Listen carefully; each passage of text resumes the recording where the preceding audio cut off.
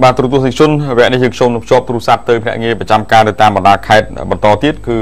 ភ្ជាប់ទូរស័ព្ទទៅភ្នាក់ងារប្រចាំការនៅក្នុងខេត្តចង់ដល់មានជ័យសុខុមជ័យខ្ញុំបងហើយហ្នឹងចង់វាក់ទៀតវាក់អីអារម្មណ៍គិតរឿងចិត្តដល់ថ្ងៃចង់បែកបាទសូមអញ្ជើញបន្តជួបលោកសុខុមនៅក្រុងសំរោងខេត្តដល់មានជ័យបាទអញ្ជើញជំរាបសួរលោកសុខុមបាទជំរាបសួរលោកទាំងពីរបាទជំរាបសួរលោកសុខុមសូមបង្កើនសលេងតិចលោកសុខុមព្រឹកនេះតើពីឧត្តមមានជ័យមានដំណឹងអ្វីសំខាន់ជូនដល់បងប្អូនយើង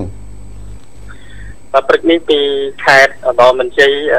ខ្ញុំមានព័ត៌មានមួយទាក់ទងទៅនឹងអាជ្ញាធរខេត្តចុះពិនិត្យស្ពានកោងខ្លាំងលើកំណត់ផ្លូវជាតិលេខ68ដើម្បីកែសម្រួលឡើងវិញបាទហេតុអីបានជាអាជ្ញាធរខេត្តលោកចុះទៅពិនិត្យត្រង់ចំណុចអាស្ពានដែលមានលក្ខណៈកោងខ្លាំងហ្នឹងបាទនេះអូហេតុដែលបណ្ដាលឲ្យអាដាមអបាខេត្តគាត់ចុះពិនិត្យកែសម្រួលឡើងវិញពីព្រោះថាផ្លូវនេះគឺមានសុខភាពកោងខ្លាំងហើយកន្លងមកគឺតែងតែកើតមានឡើងនៅគ្រោះថ្នាក់ចរាចរណ៍ដែលបណ្ដាលឲ្យខូចខាតទ្រព្យសម្បត្តិទាំងសាធារណជនរបស់រដ្ឋនិងមានមនុស្សស្លាប់យ៉ាងច្រើនជាបន្តផងដែរបាទអានេះរៀងវាបើសិនធៀបនឹងអក្សរអង់គ្លេសឬអក្សរខ្មែរដូចជាអក្សរអីបាទរៀងបើយើងធៀបជាអក្សរដូចជាអក្សរ S បាទដូចជាអក្សរ S អញ្ចឹងណាចឹងញ៉េអូអានេះគ្រោះថ្នាក់ចរាចរណ៍កន្លងមកហ៎បាទទៅកោងខ្លាំងអ្នកបើកបពិសេសគឺអ្នកក្រៅខេត្តដែលគាត់មិនបានដឹងពីស្ថានភាពស្ពាន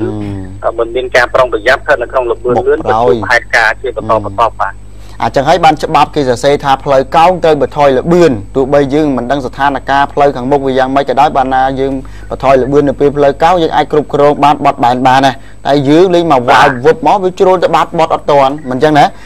ឡូវនេះតាមរយៈការចុះទៅពិនិត្យស្ថានភាពដែលតែងតែបង្កគ្រោះថ្នាក់នៅផ្លូវអសអេសតំណឹងអាដាមអភិបាលខេត្តលោកបានបញ្ជាក់ថានឹងមានការកែសម្រួលបន្តទៅទៀតឬក៏ទុកអដែលបន្ទាប់ពីការចុះពិនិត្យជាមួយក្រុមការងារអាដាមអភិបាលខេត្តអាដាមសតវីលោកបានបុគ្គលភារៈនេះទៅកាន់អ្នកបច្ចេកទេសអ្នកជំនាញមន្ទីរសាធារណការលោកចុះសិក្សាស្រាវជ្រាវហើយផ្លូវនេះថាអាចនឹងធ្វើផ្លូវថ្មីឬក៏ស្ពានថ្មីដើម្បីតម្រង់ឲ្យត្រង់ទៅតាមអ្វីដែលអាចធ្វើទៅបានដើម្បីបញ្ជៀសនៅការគ្រោះថ្នាក់ដែលកើតមានឡើងកន្លងមកបាទអញ្ចឹងមានន័យថាមិនទាន់សម្រេចជាស្ថាពរទេថាតើត្រូវចាប់ផ្ដើមកែតម្រង់ផ្លូវអក្សរ S នេះឲ្យទៅជាផ្លូវដែលមានលក្ខណៈរាងកោងកុំឲ្យអក្សរ S ខ្លាំងពេកមិនទាន់កំណត់ថាត្រូវតែកែទាំងស្រុងទេមិនអញ្ចឹងណាសិក្សាសិនបាទមិនទាន់ត្រូវបានកំណត់ថានឹងកែទេក៏ប៉ុន្តែទុកឱកាសឲ្យអ្នកជំនាញអ្នកបច្ចេកទេសចុះសិក្សាសិនទៅពីតម្លៃជាក្រោយបាទចុះសិក្សាសិនមានដឹងទេថាបើសិនជាយើងកែអាហ្នឹងបើយើងកែតម្រង់ផ្លូវហ្នឹងយើងប្រើថវិការបស់ខេត្តរួមទាំងក្រសួងមន្ទីរសាធារណការឬក៏រុញគម្រោងនេះមកក្រសួងសាធារណការឲ្យសម្រេចបាទពាក់ព័ន្ធបញ្ហានេះដោយអាដាមអភិបាលខេត្តលោកសម្លឹងឃើញថាមានការលំបាកក្នុងការបើកបរនិងអត្រាគ្រោះថ្នាក់មានការកើនឡើងជាបន្តអាដាមបានរួចផ្ដើមគំនិតគៀនកោថវិកាពីសប្បុរសជននានាក្នុងខេត្តនឹងទទួលបានការឧបត្ថម្ភគ្រប់គ្រងពីសំណាក់លោកអង្គការលីយ៉ុងផាត់ជារដ្ឋាភិបាលក្នុងការកែសម្រួលស្ពាននេះឡើងបាទអង្គការលីយ៉ុងផាត់ណាបាទចឹងអរគុណណាចាំមើលថាតើជំនាញសាធារណការលោកសិក្សាឲ្យឃើញថាវាយ៉ាងម៉េចហ្នឹងគឺលោកសុខុមរាយការណ៍បន្តទៀតអំពីបញ្ហានេះមិនចឹងណាលោកណាបាទអរគុណជម្រាបលាបាទសូមអរគុណលោកទាំងពីរជម្រាបលាបាទជម្រាបលាបាទអរគុណលោកសុខុមរាយការណ៍ពីខេត្តឧត្តរមានជ័យក្រុងសំរោងមកមុននឹងចូលភ្ជាប់ទូរស័ព្ទទៅភ្នាក់ងារប្រចាំការសូមនិយាយខ្លីបន្តិចម្សិលមិញគឺស្នងការនគរបាលខេត្តកណ្ដាលបាទដឹកនាំដោយលោកឧត្តមសេនីយ៍អ៊ីវចម្រើនលោកបានបញ្ជាក់ថាជនជាតិវៀតណាមចំនួន7គ្រួសារស្មើនឹង15នាក់ត្រូវក្នុងនោះគឺមានស្ត្រី5នាក់ត្រូវកម្លាំងជំនាញចុះទៅ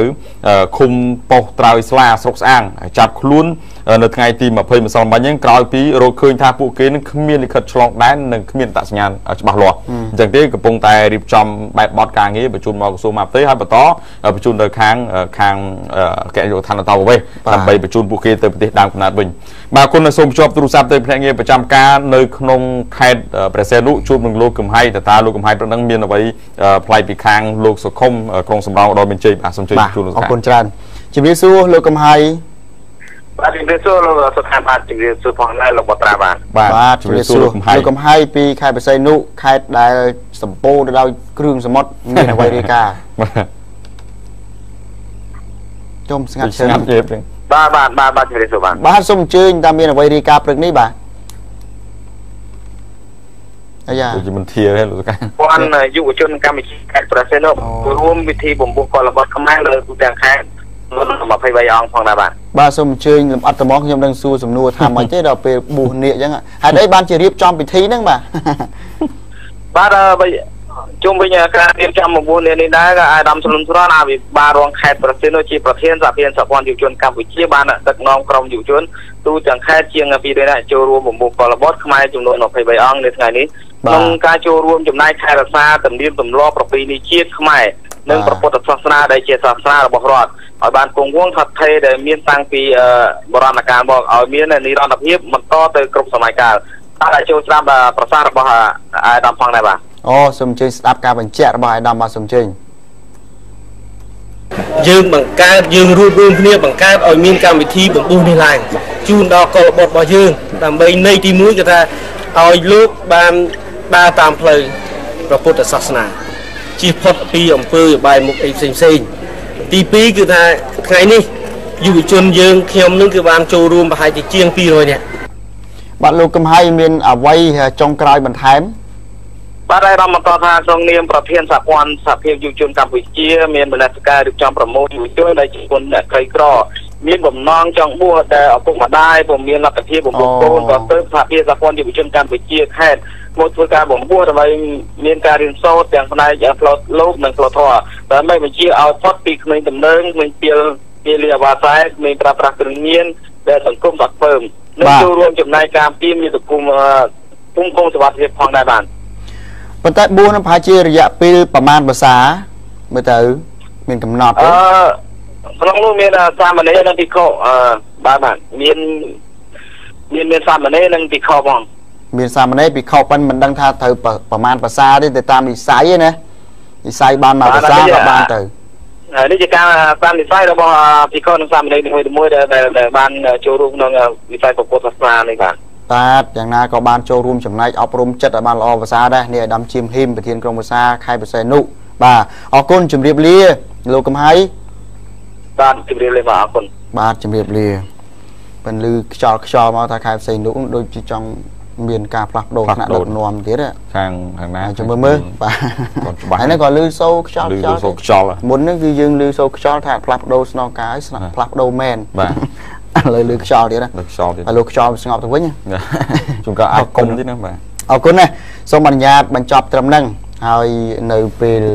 ស្អែកយើងជួបគ្នាបាទជួបគ្នាបន្តទៀតហើយបន្តទៅគឺជួបលោករទ្ធីនិងកញ្ញា